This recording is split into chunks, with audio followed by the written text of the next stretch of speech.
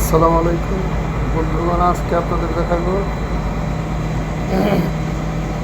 Inverter থেকে analogue সিস্টেমে control কীভাবে করতে হয়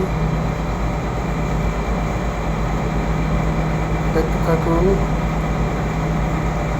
এখানে টেম্পারেচার মিটারে আমরা টেম্পারেচার সেট করব,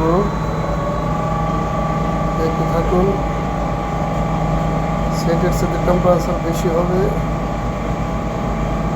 আর আমাদের ইনভার্টারের স্পিড কত বাড়বে। এখানে আমি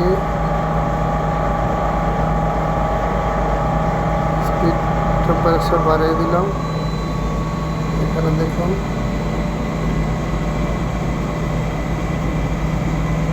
এই তো কমে গেল।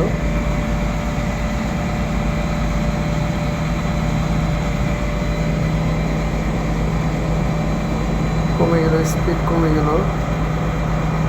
এখন আমি সেটের চাইতে